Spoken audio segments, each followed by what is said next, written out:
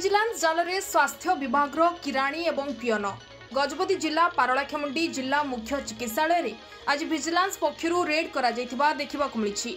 वरिष्ठ किराणी जगदीश पट्टनायक 25,000 टंका लांच नेउथिबा बेले विजिलेंस हाथ में धरा पड़िथिबा सूचना रहिछि। एथिसह पियन निरंजन नाहकंकु मध्य विजिलेंस जाल में पड़िथिबा देखिबाकु मिलिछि। विजिलेंस पक्षरु किराणीक ऑफिस एवं कार्यालय रे एही चढ़ाऊ करिथिबा बेले केते कोण जबत होईछि ताहार सठिक सूचना विभागीय अधिकारी पक्षरु मिली नाही।